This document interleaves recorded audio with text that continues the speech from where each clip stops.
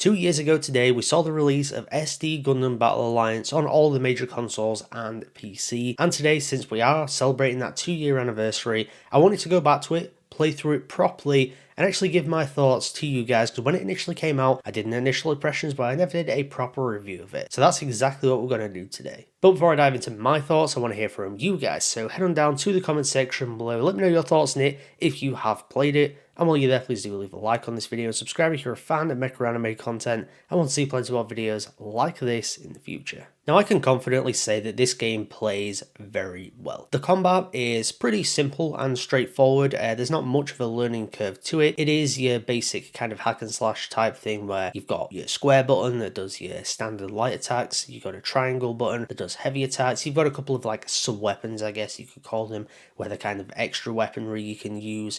So for the most part, it is a straightforward setup. Anyone can pick up this game, learn it pretty effectively within 5 minutes or so, and yeah, you're good to go then. There's not a massive learning curve to it, but within that there is still things you can learn and pick up on and kind of string together some nice combos. So there's enough there to keep it entertaining, to keep it fun, but at the same time, whatever skill level you are when it comes to playing games, whatever age range you are, you can probably pick up this game and play it, and you won't really have any major issues in terms of getting used to how it works. From my experience, the game also runs really smoothly. I noticed no major bugs in there. I can't remember exactly what frame rate it runs at, but whatever the frame rate is, it works well enough for this kind of game, whether it's 30, whether it's 60. It's going to run like you would hope and expect any game to run, and that is without a hitch. And on that same line of thinking, this is one of, if not the best looking Gundam games we have ever had. Now, it's not, the heights of major AAA titles in terms of graphics, but I also wouldn't expect that to happen. I would never expect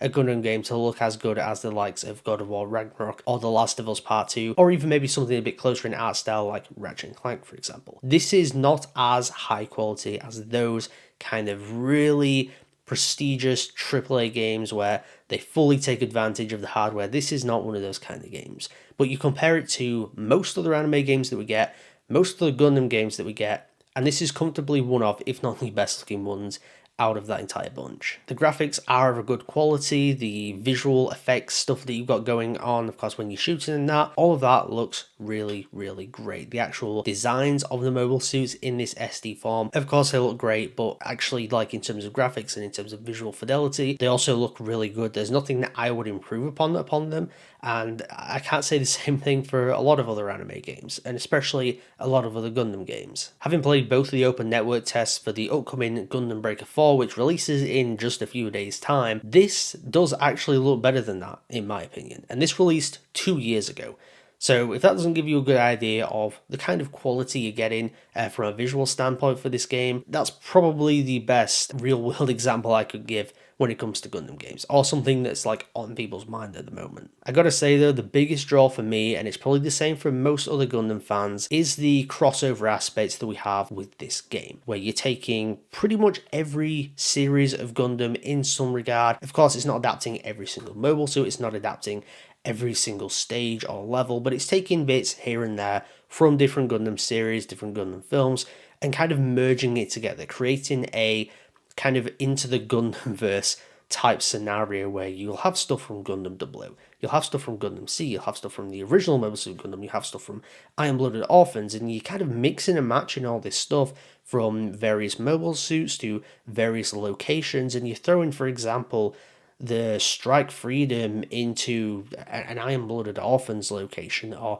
the RX-78-2's been thrown into Gundam 00, or anything like that. There's so much mix and match aspects, and as a Gundam fan, it's so awesome to see characters that you never would have seen together before actually together on screen to some degree. This is one of the only times you'll see Kira Yamato facing off against Char Aznavour, or Mikazuki and the Barbato showing up in the 13th Gundam fight. It's one of those cases where it's truly fan service, and as someone who is a fan of this franchise and really most things that it has to offer, it's exciting to see that kind of stuff. For those concerned about the potential amount of content you've got here, worry not, because there's plenty to do in this game. I mean, the stages almost beg to be replayed. Not only because there's essentially like 3 different missions within each stage, where you have your break mission, which is where everything's been crossed over and you're having mobile suits from different eras showing up where they're not supposed to, and you have the true mission, which is the more canon version of everything going about, and then you have the chaos mission where it's another extra thing thrown in. It's basically another boss fight that you'll find somewhere in the stage and you have to go fight that, and sometimes it's a little bit more difficult, but also you get like better parts and stuff from it. There's that aspect of the replayability, but there's also replayability in terms of just going back to those individual aspects of the stage, grinding them out to try and develop more mobile suits. And it's not a case of a grind where you've got a 0.5% chance of getting a certain thing. No, it's just a case of you need to go back and play these stages almost repeatedly just to keep getting these different parts to eventually develop these mobile suits. So it's nothing that's overly difficult. It's nothing where you don't feel like you're achieving anything doing it. You kind of just have to go back and replay the stuff, and you are rewarded for doing that. Now, to be honest with you guys, I don't really have anything I dislike about this game. There's parts of it that, maybe aren't the most amazing thing ever, but also because of the game that it is, I don't expect them to be the greatest. The combat, it could be far more in depth than it is, but it doesn't need to be, and it's never intended to be. The graphics could be of an extremely much higher quality, but they also don't need to be. Anything that could potentially be an issue can be explained by the fact that that was never the intention in the first place, and because of the kind of game it is, the price point, I'm not expecting this to be extreme levels of AAA quality and deliver the aspects that those kind of games do. I think all around it is a great experience, and I can comfortably sit here and say that it is one of the best Gundam games we've probably ever got, at least in the modern era. So if you are wondering whether 2 years later this game is worth playing, whether it's worth picking up, I can say with absolute 100% confidence, go out and buy this game, go out and play it. It is a ton of fun, and it is probably worth however much it is right now. So with all that in mind, I'm going to give SD Gundam Battle Alliance an A.